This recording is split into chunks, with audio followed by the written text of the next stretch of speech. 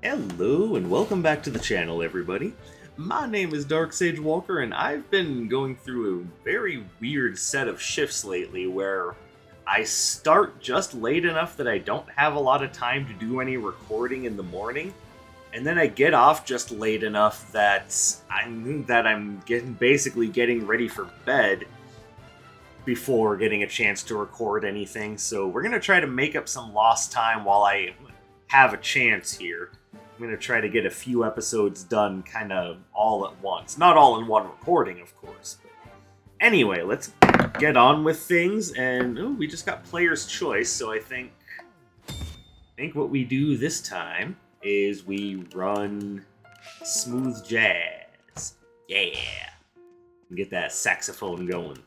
Alright, so last time on the Signature Arcana Spotlight series, say that 5 times fast, we did Hammer of Atlas, and I showed you why I really like Hammer of Atlas. So this time around, I think we go from a hammer to an axe. We're going to do Earthquake Axe. This is one of those multi-use spells, so you get a lot out of it.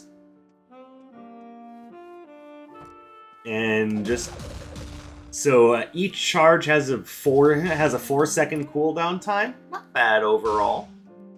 Certainly not going to complain about that. There are worse cooldown times out there.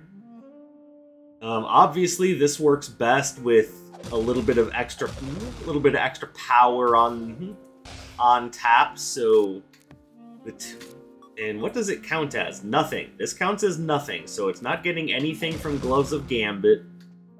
It's just one of those interesting cases. And as you can see, the second hit doesn't have a lot of knockback at all, but the first hit has a bunch. The whole idea is that you can use this at range to try to snipe people out from kind of mid-range, or at close range you can get a little bit more damage and going with a little knockback combo there. Earthquake Axe is just fun, and when you go to Signature cast it, you get bunches of Earthquake Axes with Big Axe at the end. Yeah, look at that Big Axe. So, what we've got ourselves here is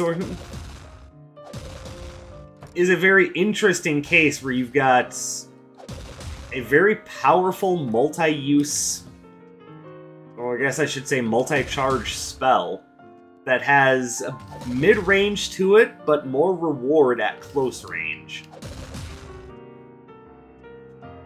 It's about as simple as... No, it's not simple, because there's...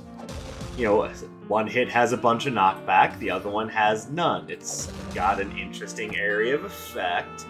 Got that little bounce. Now, one thing that did change with this Arcana from the early days is that it didn't used to have that bounce. It used to just be you fling it up in the air and it just comes down at about mid-range. It was really awkward to use, so that bounce gives it a lot of utility, adds a lot of consistency. It really made the Arcana just overall better. And I'm very happy for it. Alright, so how do we build ourselves? This is another build that's going to benefit from sort of a power focus. So, what do we use? Well, one thing that's certain is that because of how the Earthquake Axe functions, we're going to get a lot of use out of the Ring of Reserves.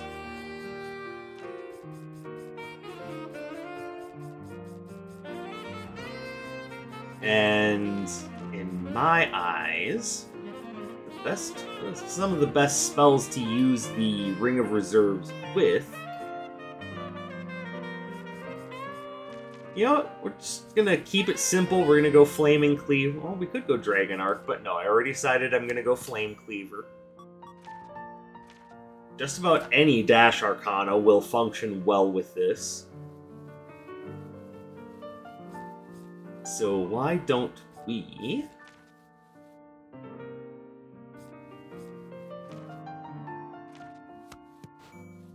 we could just go straight power. Just everything in the name of strength. It's not my usual thing, though. And I use Thunderline way too much. I want to use something different. We're going to use Frost Wings. And now for our basic.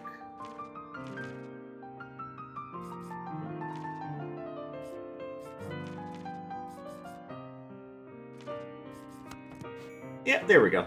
Alright, we've got ourselves a build. We're taking the Ring of Reserve so we get as many axes and flame cleavers as possible. Alright. So because of my weird work schedule, I haven't had a chance to get a lot of practice in, so if I seem like I'm kind of struggling a bit, that would be why. With the first roughly 6 or 7 minutes of this build dedicated to just putting the build together and explaining the signature, might be a slightly longer video unless the run itself goes smoother than expected. As per usual, I thank you for your patience. I really do appreciate both that and you guys coming to check out my videos. It really does mean a lot to me.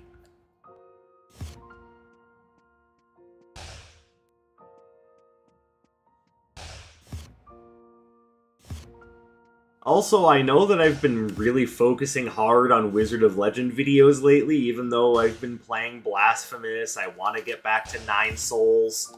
There's a very interesting fan-made mod for the original Legend of Zelda that turns it into a combat-focused roguelike that I heard about. It's called Legend of Zelda Ancient Dungeon. I'm very interested in trying that out.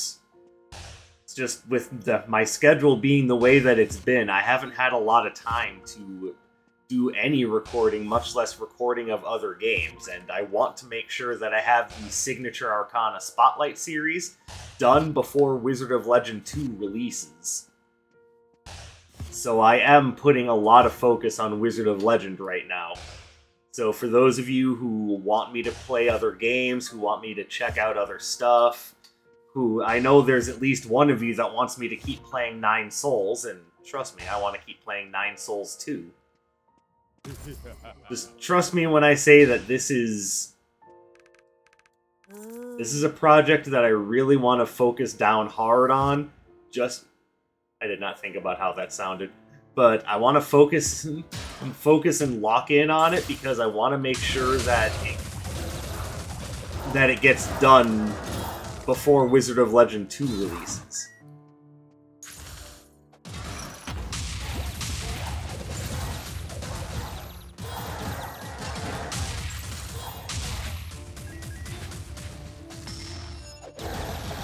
Time for Big Axe. Dark Sage, that sounds kind of like Big Ass. That's the point.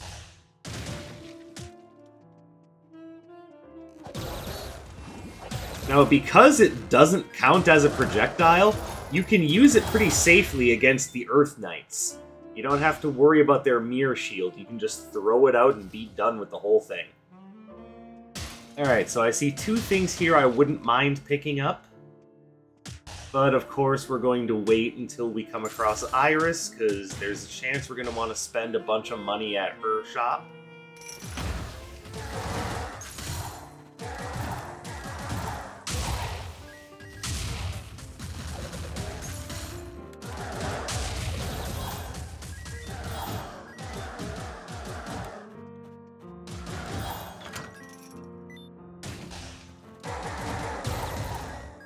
So the beauty you're seeing of the build that I've put together is that it works pretty well at close range, mid-range, and somewhat at long range.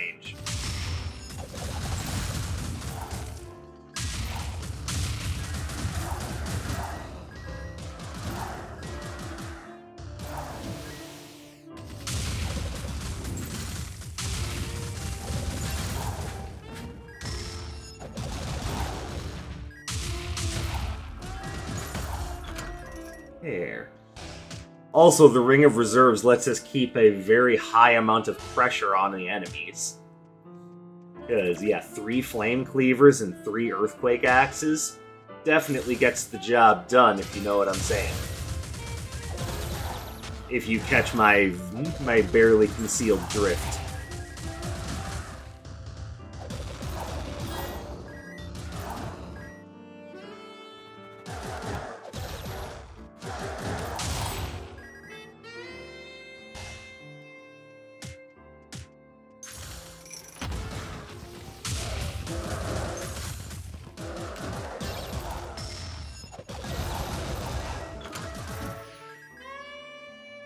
Now, if you haven't figured out by the way that I'm using it, that I really like Earthquake Axe. Just adding that first bounce to give it more consistency and to let it strike enemies at closer range really did it a lot of favors.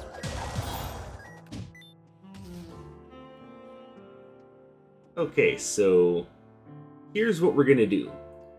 We're going to go ahead and donate Flame Cleaver to Nocturne, see if he gives us something really interesting. I would like something electric-based to fight Freya with.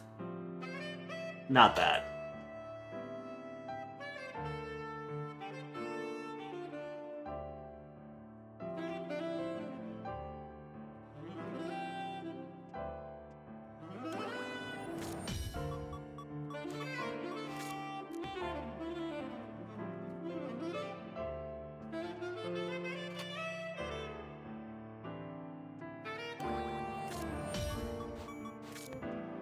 There we go. Alright.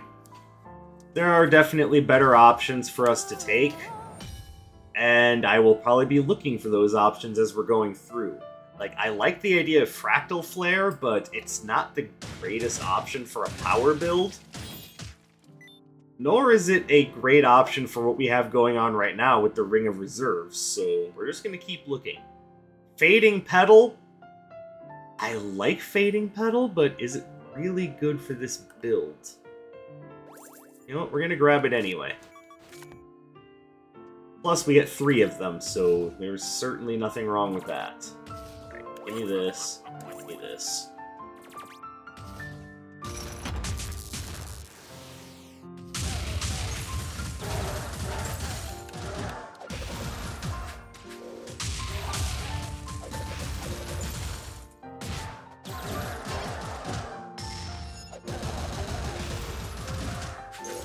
Okay, I'm tired of you.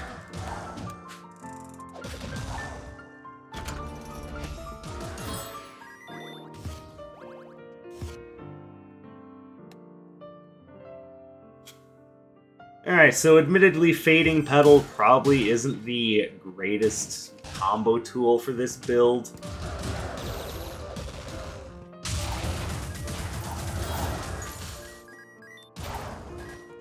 But it's not bad either.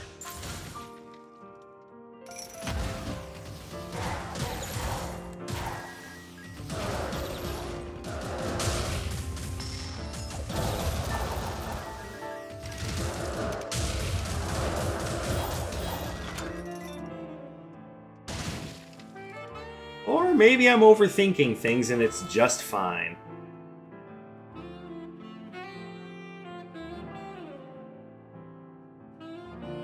Okay, so here's the deal. I'm seeing 2 things that could make for very good fusion material. So I'm gonna come back after I've spotted Ander's shop.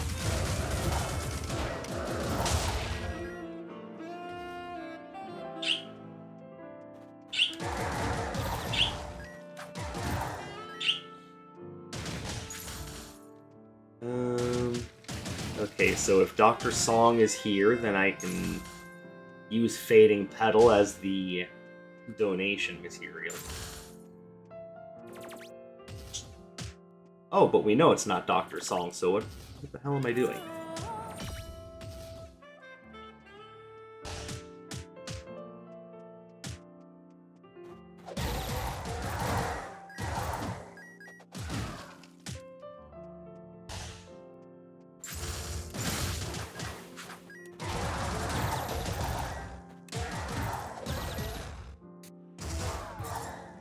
And also, as you can see, the Earthquake Axe has a rather high stun value.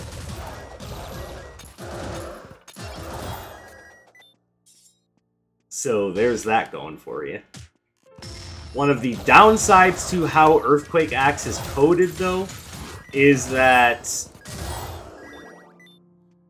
the axe not counting as a projectile, even though you're clearly throwing something. First of all, the upside, as I had already mentioned earlier, is that you can get through mirror shields without it being too much of a hassle. You just have to have good aim. The downside is that it does not synergize with either the Chaos Visor or the Gloves of Gambit. Which, that might not be the biggest issue, but it also really depends on how you're putting your build together. Like, if I really wanted to focus down hard on Gloves of Gambit... Let's see. Well, there's definitely one thing I want. Like, that kind of takes precedence over anything else. And then, yes, let's go get the Strongman's Hammer.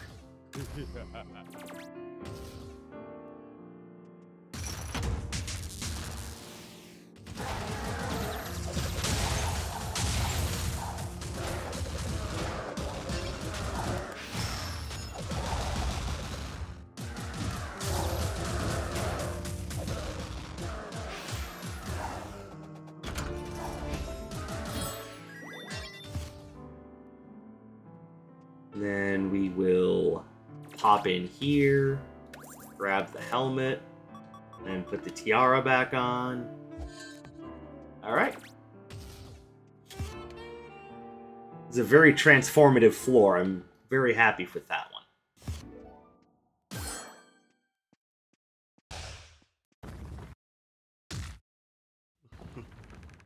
Hello, sir. How is Mr. Muscles today? Ow.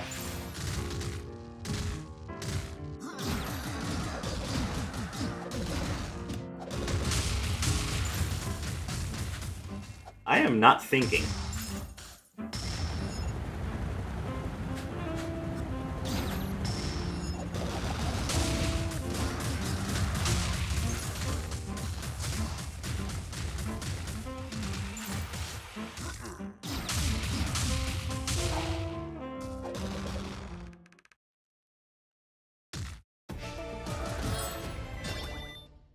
It's kind of like push and pull combo thing that I have going on is neat, but it's also a little bit difficult to keep track of. So this is one of those things where you're going to run Fading Petal and Earthquake Axe, understand the range of your techniques, because it's not always the easiest thing to keep track of. That was a lovely little, like, 50 million hit combo on behalf of my enemies there.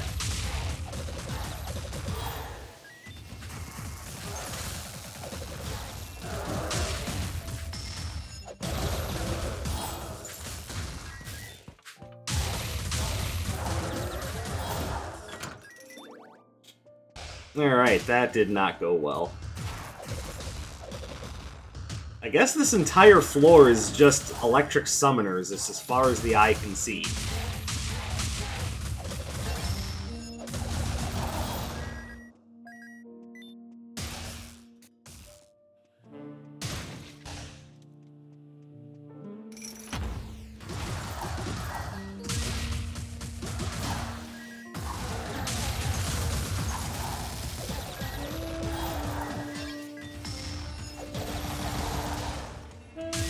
And look at that, even more electric summoners. Hey, this floor is kind of testing my patience.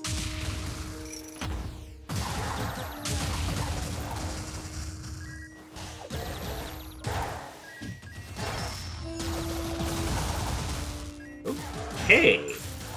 It's literally the whole floor is just electric summoners.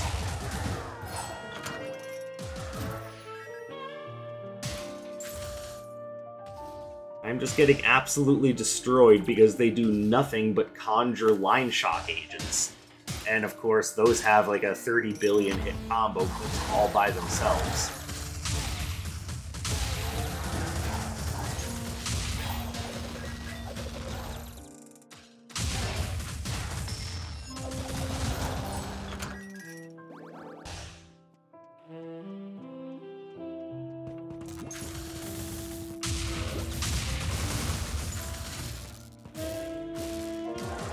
Are we done with this now?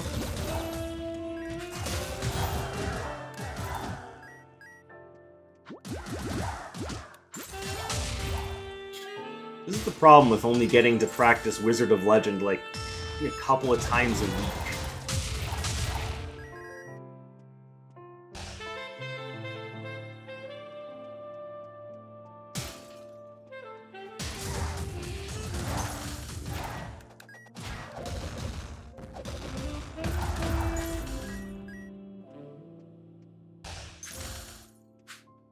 Of course, I say that as if I can ever perform like a complete no-hit run with the retro floor plan active. That's hard enough to do without the retro floor plan. With it, you're really asking for trouble trying to do that. And the whole point of line shock agents is that they're a pain in the ass. So maybe I shouldn't be complaining so much.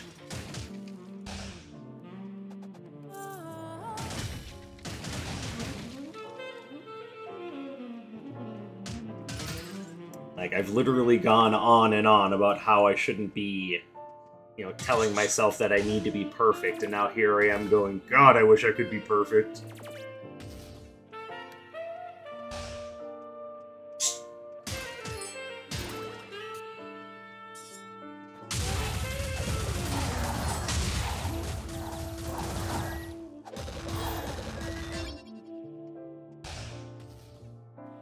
I don't really have anything that synergizes with Cursed Relics, so I don't really see the need to pick up any of these. Admittedly, this would go really well with the Strongman's Hammer. But taking double damage just seems like it's not worth it.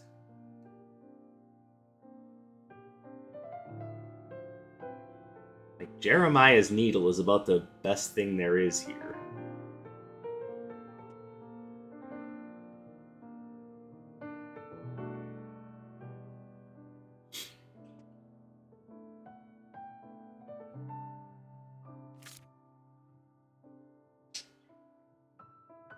Yeah, what the hell.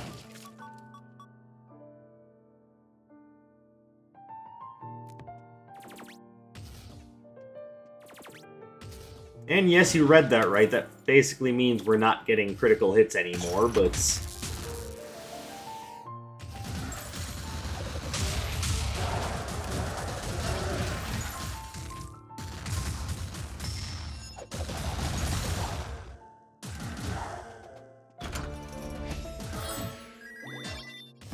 I figure if we run into the Curse Eater's mask, that would... it would at least be a nice little boon.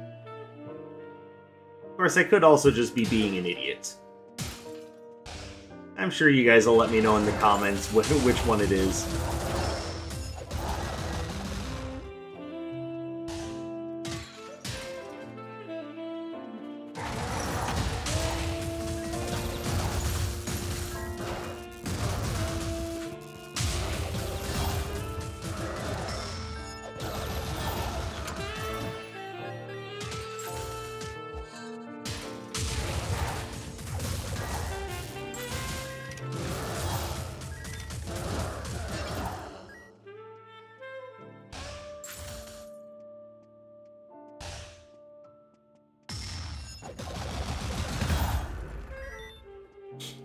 Wonderfully executed there.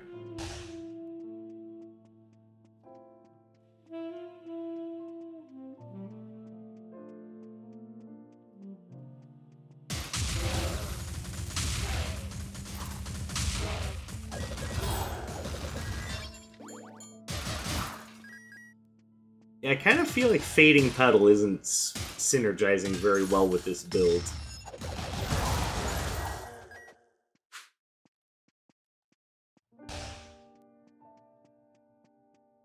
But enough about that.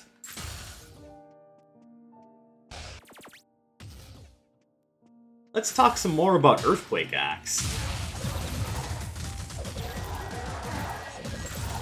So one thing that's probably become glaringly obvious is that against enemies that are resistant to knockback, what you want to do is aim it so that you're hitting enemies with that, like, second hit.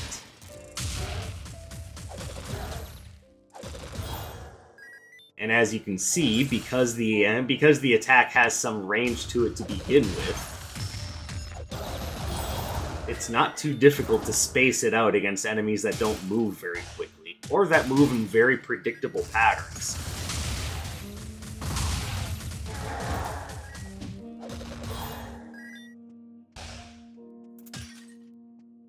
Now, I couldn't tell you how well this would work as a PvP tool.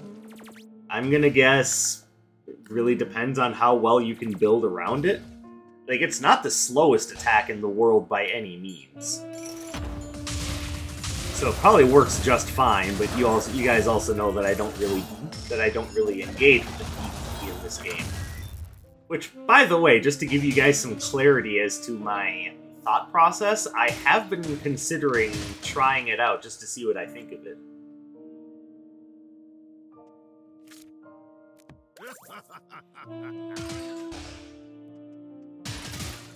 Because what little of the PvP I have played, which has just been, you know, at the end of levels playing with my roommates, it seems like there's plenty of depth to it, it's just not really my thing.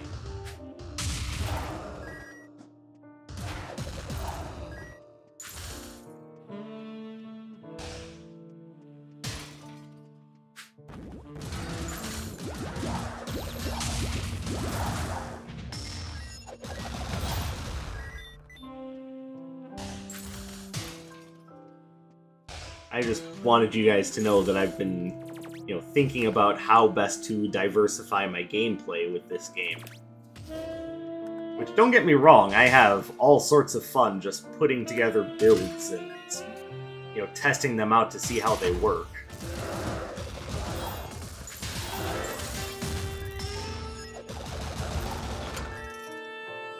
So it's not like I'm just getting tired of the normal gameplay loop.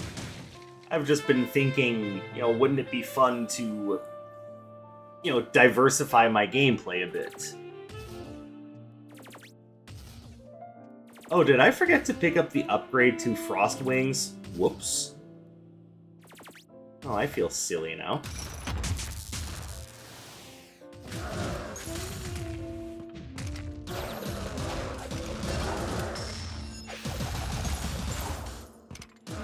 And like other spells of its ilk that have set range, obviously when you cast it up against a wall, it doesn't go out to its full range, so you can use that to combo enemies up against walls.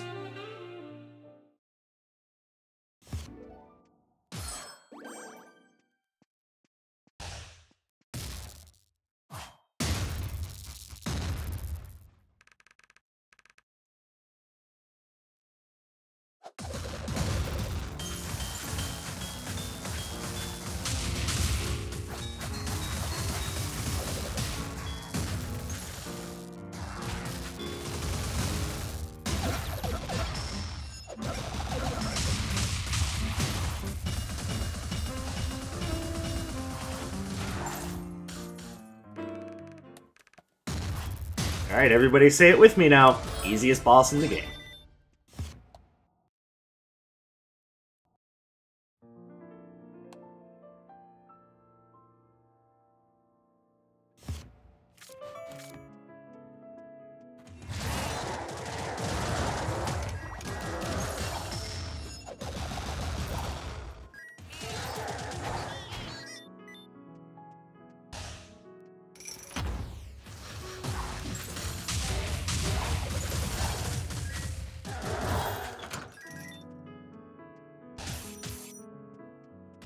Oh, hey. the good doctor.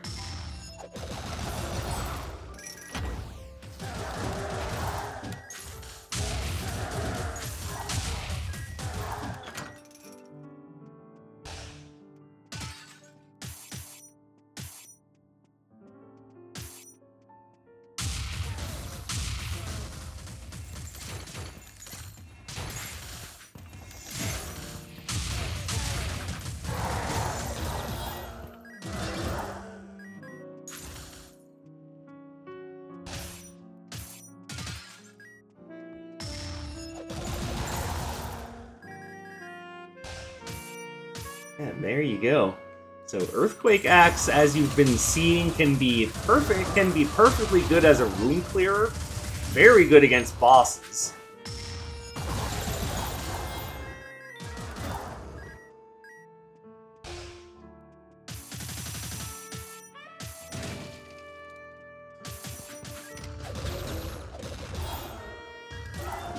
And it does really good damage. Like, having one hit that does 10 and one hit that does 40 really lends itself well to just picking up items that are just there to increment your damage.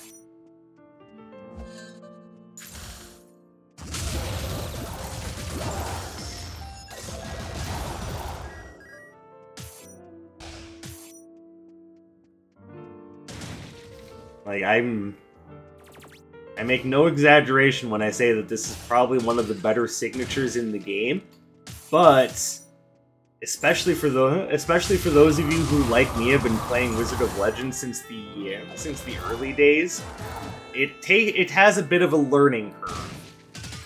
Like, it's a strong skill, don't get me wrong, but it does take some getting used to.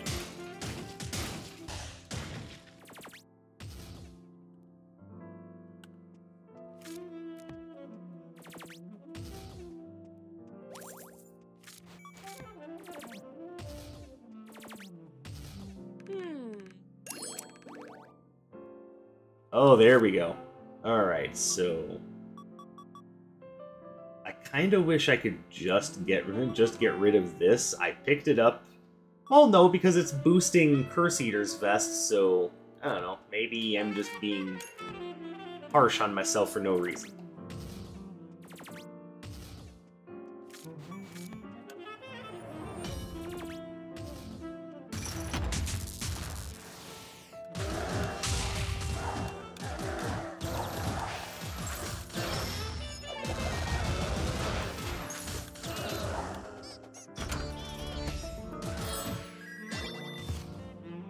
It looks like, once again, by accident, I've made myself a very tanky build.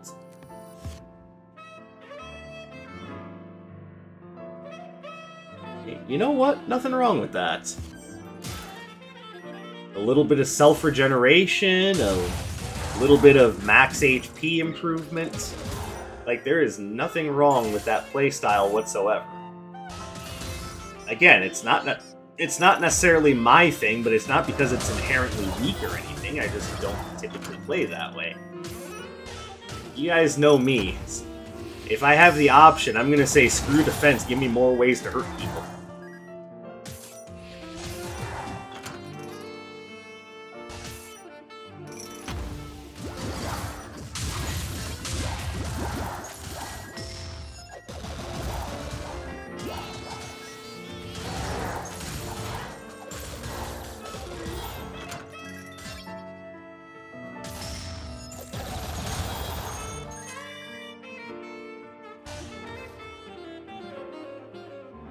The game really wants to remind me that I screwed up by not picking up the Vampire Fangs.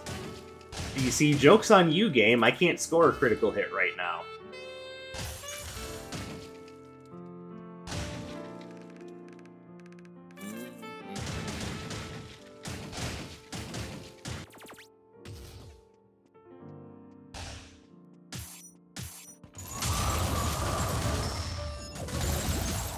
Ow.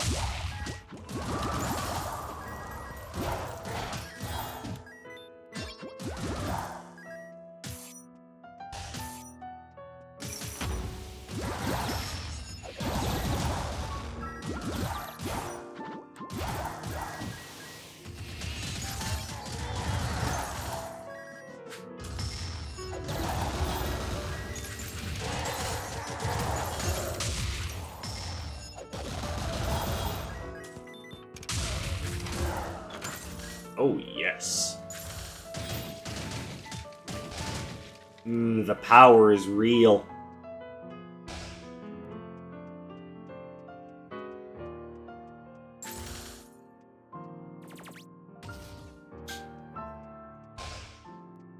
So the idea of even running Earthquake Axe brings up the very interesting question of the multi-use axe arcanas within the Earth element, which one is better? And honestly, to me, that seems like the wrong question.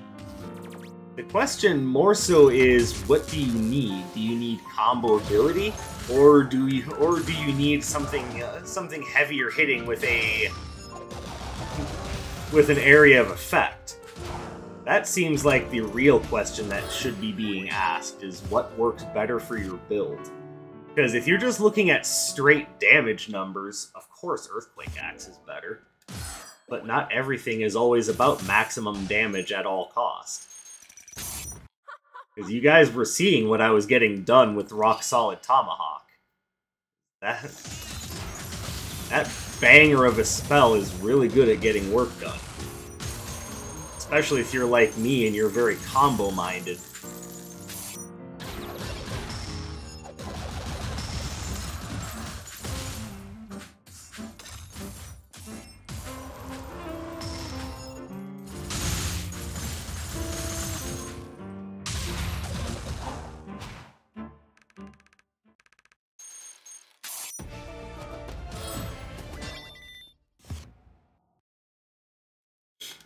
But because it scores so many more hits on a regular basis, Rock Solid Tomahawk is good either as a control option or for critical hit builds.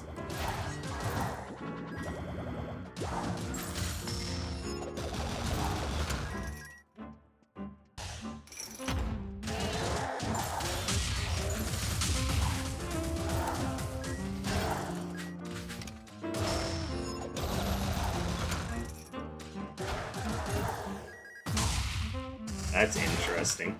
I don't want it, but it's interesting.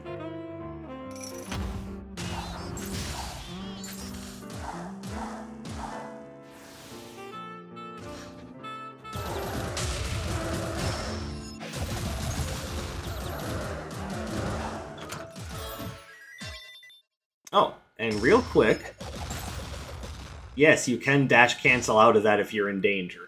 Like, I try to check that for as many signatures as I can, which, if you're being real, should be all of them.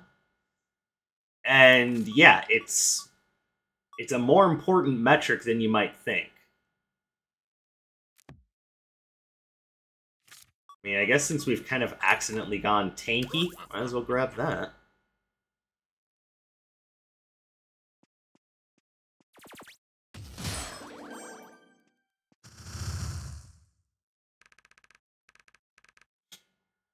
So I suppose while I'm here fighting Sura, I should explain why that's such an important metric to me, and that is because there will be plenty of times where you find yourself kind of at the mercy of what's going on, and sometimes you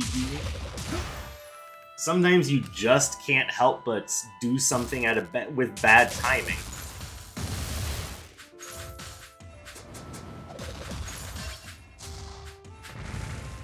I guess I shouldn't say you can't help but do it, it just happens.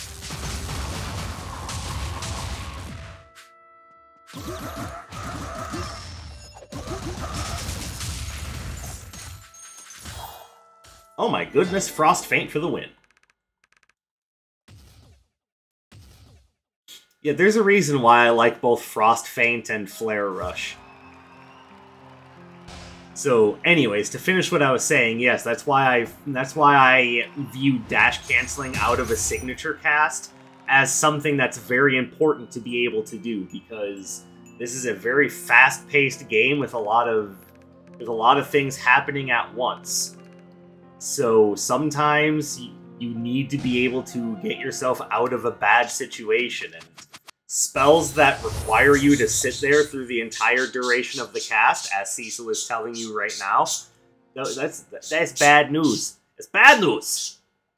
And you don't want that. And that's why I view dash canceling as an important metric to bring up. But that's all I've got for Earthquake Axe. So I really like this spell, but I want you guys to let me know what your thoughts are about it. Maybe you really like it. Maybe you dislike it. Maybe, like Cecil, you just want me to stop talking. I mean, again, for those of us who were here for the early days of Wizard of Legend, this spell was not exactly in a great place just because of its awkward range. But with that fixed, you know, it's essentially being a skipping stone combo. Now it's way, way better. And I think it's a worthy contender for a good signature in my eyes. But again, you guys let me know what you think. I, of course, highly appreciate you guys coming and checking out my videos. So thank you for coming and spending some of your free time here with me today. I hope you have a absolutely beautiful rest of your day. And I'll catch you in the next one. My name is Dark Sage Walker, and you take care, everybody.